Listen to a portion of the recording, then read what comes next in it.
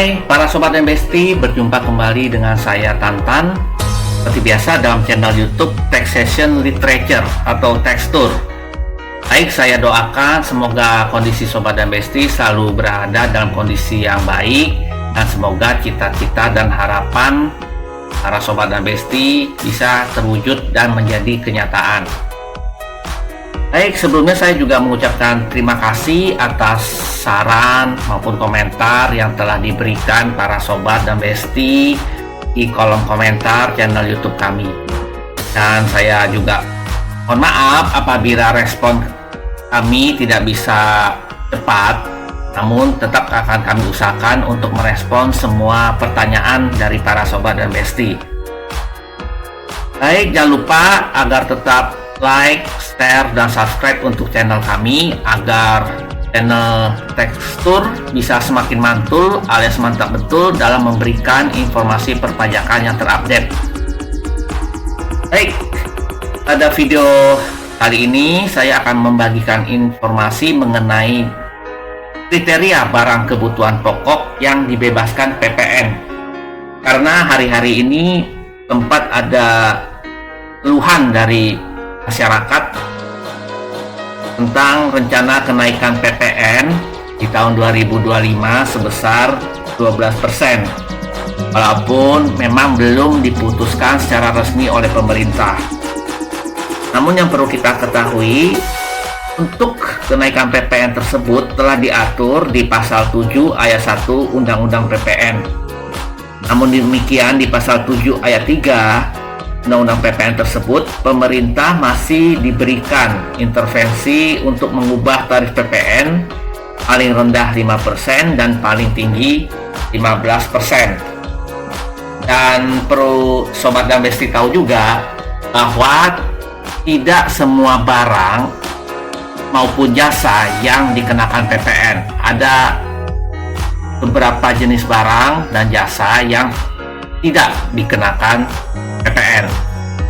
Nah, salah satunya akan saya bahas di video kali ini yang mendapatkan fasilitas bebas PPN, yaitu barang kebutuhan pokok.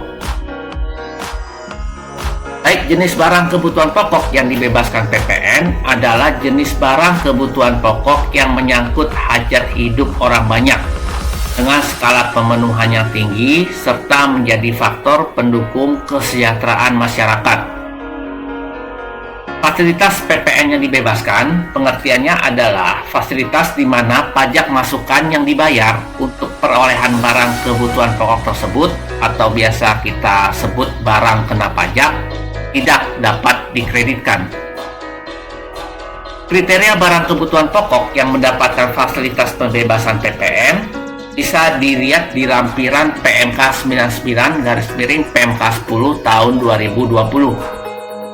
Untuk beras dan gabah, kriterianya adalah berkulit, dikuliti, setengah giling atau digiling seluruhnya, disosoh atau dikilapkan maupun tidak, pecah, menir, selain yang cocok untuk disemai.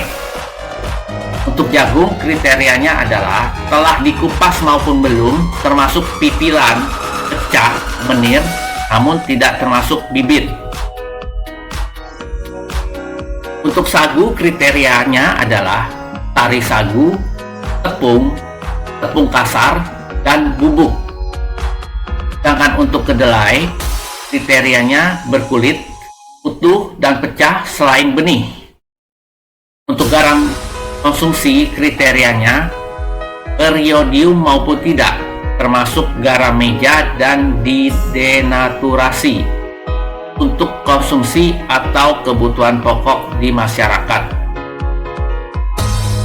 Untuk daging, kriterianya adalah daging segar dari hewan ternak dan unggas dengan atau tanpa tulang yang tanpa diolah, baik didinginkan, dibekukan, digarami, dikapur, diasamkan, atau diawetkan dengan cara yang lain.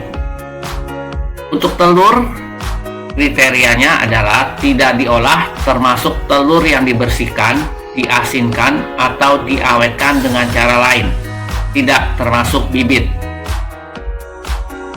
Untuk susu, kriterianya susu perah baik yang telah melalui proses didinginkan maupun dipanaskan atau istilahnya pasteurisasi, tidak mengandung tambahan gula atau bahan lainnya. Untuk buah, kriterianya adalah buah segar yang dipetik baik yang telah melalui proses dicuci, disortasi, dikupas, dipotong, diiris, digrading, selain yang dikeringkan. Untuk sayur, kriterianya merupakan sayuran segar yang dipetik, dicuci, ditiriskan, dan atau disimpan pada suhu rendah atau dibekukan, termasuk sayuran segar yang dicacah. Untuk ubi-ubian, kategorinya ubi segar baik yang telah melalui proses dicuci, disortasi, dikupas, dipotong, diiris, dan digrading. Untuk bumbu-bumbuan, kategorinya atau kriterianya adalah segar, dikeringkan, tetapi tidak dihancurkan atau ditumbuk. Untuk gula konsumsi, kriterianya gula kristal putih asal tebu untuk konsumsi tanpa tambahan perasa atau pewarna. Lalu untuk ikan, kriterianya adalah ikan segar atau dingin dengan atau tanpa kepala. Nah, berikut untuk contoh penerapan untuk bahan kebutuhan pokok tersebut. Misalkan Bapak Asyang adalah penjual beras di Pasar Induk Kramat Jati. Beliau adalah berstatus pengusaha kena pajak atau PKP. Setiap ada transaksi penjualan beras, maka Bapak Asyang wajib menerbitkan faktur pajak dengan kode 08. Kode 08 adalah kode untuk penyerahan jenis barang atau jasa yang dibebaskan PPN-nya. Faktur pajak yang diterbitkan harus diberikan keterangan telah mendapatkan fasilitas PPN yang dibebaskan dan disertakan dasar hukumnya. Tarif PPN yang ditulis di faktur pajak adalah 11%. Bapak Asyang juga wajib mengupload faktur pajak tersebut dalam bentuk e-faktur paling lambat tanggal 15 bulan berikutnya setelah tanggal pembuatan e-faktur. Bapak Asyang juga wajib melaporkan SPT masa PPN paling lambat akhir bulan berikutnya setelah masa pajak berakhir. Jadi para sobat dan besti, kesimpulan dari video ini adalah